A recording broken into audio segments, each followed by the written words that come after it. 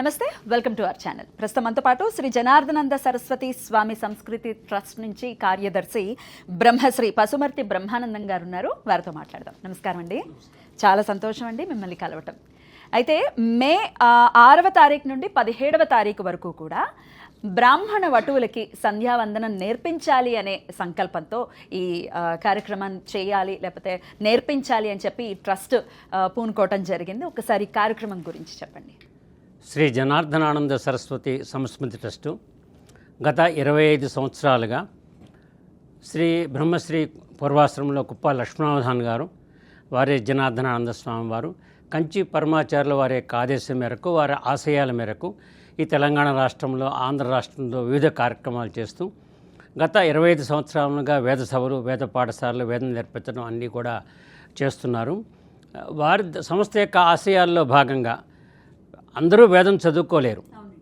సామాన్య గృహస్థులకి, పిల్లలకు కూడా మన సామాజిక బాధ్యత ఎంతో కొంత చేయాలనే ఉద్దేశంతో అందరికీ సంధ్యావందనం అయితే అందరూ నేర్చుకోగలుగుతారు, చేయాలి కూడా వాళ్ళ యొక్క నిత్యకర్మానుష్ఠానంలో భాగం. అందుకని వాళ్ళందరికీ కూడా సంధ్యావందనం నేర్పుదామని ఒక కార్యక్రమంతో ఈ ట్రస్ట్ సంకల్పం చేసింది.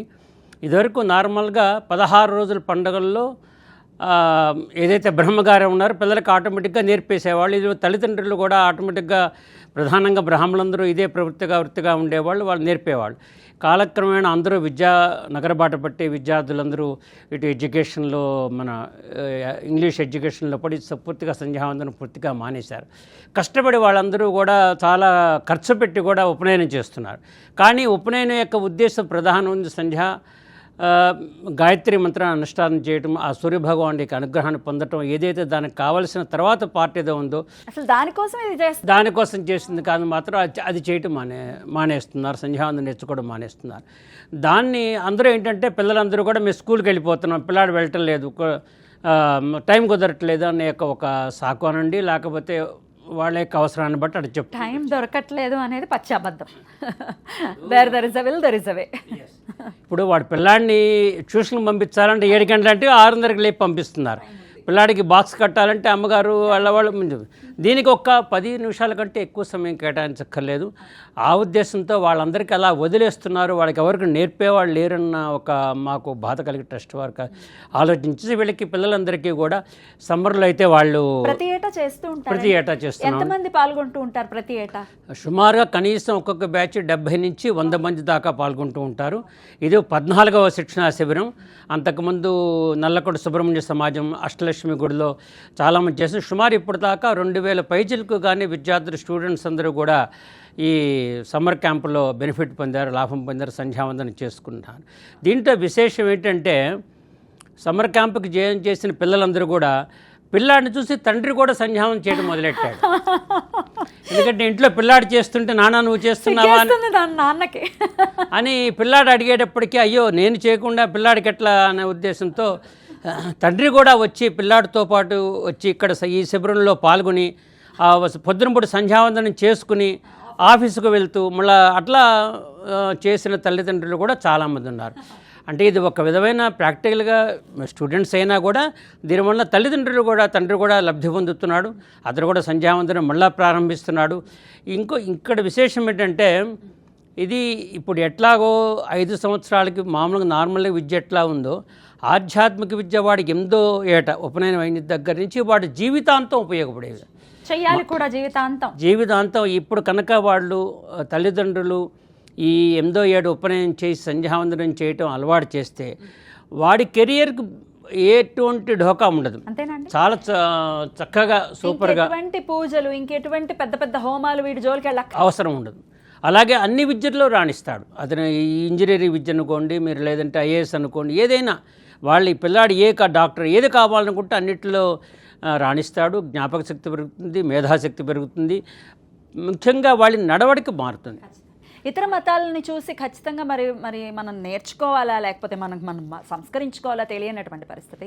ఎంత చిన్న పిల్లవాడైనా కూడా పలానా రోజులో నువ్వు వెళ్ళి ప్రేయర్ చేయాలి అని అంటే చక్కగా వాళ్ళ దుస్తులు కూడా వాటిని ధరించి వెళ్ళి చేసుకుంటుంటారు, చాలా ప్రైడ్గా ఫీల్ అవుతారు. మరి మనం ఎలా వదిలేసామో అర్థం కానటువంటి ఒక పరిస్థితి. ఖచ్చితంగా మళ్ళీ మార్పు రావాలి. అలా రావాలి అంటే కూడా గాయత్రి మాత అనుగ్రహం ఉండాలి. ఇక్కడ ఇంకొకటి ఏంటంటే పిల్లాడి ఇంట్లో సంధ్యావందనం చేస్తుంటే ఇల్లు మొత్తం దాని యొక్క వైబ్రేషన్ ఇంటి మొత్తానికి ఉంటాయి. ఆటోమేటిక్గా తల్లిదండ్రులు ఏం చేస్తారు, ఇల్లు శుభ్రం చేసుకోవడం, పిల్లాడికి కావలసిన పూజకి ఏర్పాటు చేయటం, అవి చేయటం, అగ్నికారం చేసుకుంటా ఇంకా అగ్నికారం చేసుకోవడం, బ్రహ్మయజ్ఞం చేసుకోవటం, ఇల్లు వంశం మొత్తం కూడా తరింపబడతాయి. ఒక్క పిల్లాడి వలన ఒక వటువు కనుక సంధ్యావందనం చేయటం ఇంట్లో ఎవరైనా చేస్తూ ఉంటే అది తరతరాలుగా అతను కంటిన్యూ అవుతుంటుంది. ఇప్పుడు కొంతమంది ఇళ్లలో చేయలేకపోతుంటే ఎక్కడో బ్రేక్ వచ్చింది, తండ్రి దగ్గర నుంచి తాత దగ్గర నుంచి ఒక బ్రేక్ వచ్చింది. ఆ బ్రేకుని డిస్కంటిన్యూ చేసుకుని చక్కగా మళ్ళీ జీవితంలో అభివృద్ధి చెందాలంటే కనుక ఇది తల్లిదండ్రుల యొక్క విధి. పిల్లవాడు ఆ 8 ఏళ్ల పిల్లవాడికి సంధ్యావందనం నేర్చుకోవాలని ఏం తెలియదు కానీ అది నేర్పకపోవటం యొక్క తప్పు తల్లిదండ్రులదే అవుతుంది. తల్లిదండ్రులందరికీ కూడా ముఖ్యంగా ప్రధానంగా పిల్లలకి తెలియదు కాబట్టి తల్లిదండ్రులందరికీ, తాతలకి ఇంట్లో నార్మల్గా మనవడు భార్య తాత కూడా చూస్తూ ఉంటారు కాబట్టి వాళ్ళందరూ కూడా శ్రద్ధ పట్టి ఇప్పుడు ఈ గత 15 రోజులుగా మంచి ఒడుగు ముహూర్తాలు అందరూ కూడా చేస్తున్నారు. వాళ్ళందరూ కూడా మంచి అవకాశాన్ని పొంది వాళ్ళ పిల్లలందరినీ కూడా ఈ సంధ్యావందన శిక్షణ శిబిరాన్ని పంపించవలసిందిగా అందరికీ కూడా విజ్ఞప్తి చేస్తున్నాం. ఇక్కడ 8 ఏళ్ల దగ్గర నుంచి 14 అప్పుడు 10th క్లాస్ దాకా అనుకున్నాం. వాళ్ళ శ్రద్ధాభక్తులను బట్టి ఇంకా 1 year 2 years వాళ్ళు 16-17 years అని కూడా మనం తప్పకుండా చేస్తున్నాం. ఒకసారి ఎలా ఉంటుంది ఈ 15 రోజులు అండి? ఈ 11 రోజుల శిబిరం ఉంది. ఏమేమి ఉంటాయి, ఎలా నమోదు చేసుకోవాలి ఒకసారి? ఈ 11 రోజుల శిబిరంలో పొద్దున్నే పిల్లవాడికి 5:30 కల్లా లేపటం, 6 గంటల కంటే సూర్యోదయాన్ని ఖచ్చితంగా సంధ్యావందనం ప్రారంభిస్తారు. అతనికి సంధ్యావందన ప్రేయర్ ప్రారంభించి సంధ్యావందనం ప్రారంభించిన తర్వాత అతనికి సంధ్యావందనం ఒక 40-45 నిమిషాలు పడుతుంది. ముందు మంత్రపూర్వకంగా వేద పండితుల చేత ఏదైతే స్పష్టంగా ఉచ్చారణపూర్వకంగా ఏదైతే వేద పండితులు ఉన్నారో వాళ్ళ చేత పిల్లలకు ఉపదేశం చేయడం జరుగుతుంటుంది. ఆల్రెడీ వాళ్ళు ఉపనయనంలో ఉపదేశం పొందారు. మిగతా మంత్రాలు అందరూ కూడా గురువుగారు మన సంతలాగా అంటే గురువుగారు చెప్తారు, పిల్లలు రిపీట్ చేస్తూ ఉంటారు. అట్లా సంధ్యావందనం చేయిస్తారు. ఆ తర్వాత పిల్లలు ఫిట్నెస్ గురించి యోగా నేర్పిస్తారు. ఒక 1 hour యోగా నేర్పిస్తారు.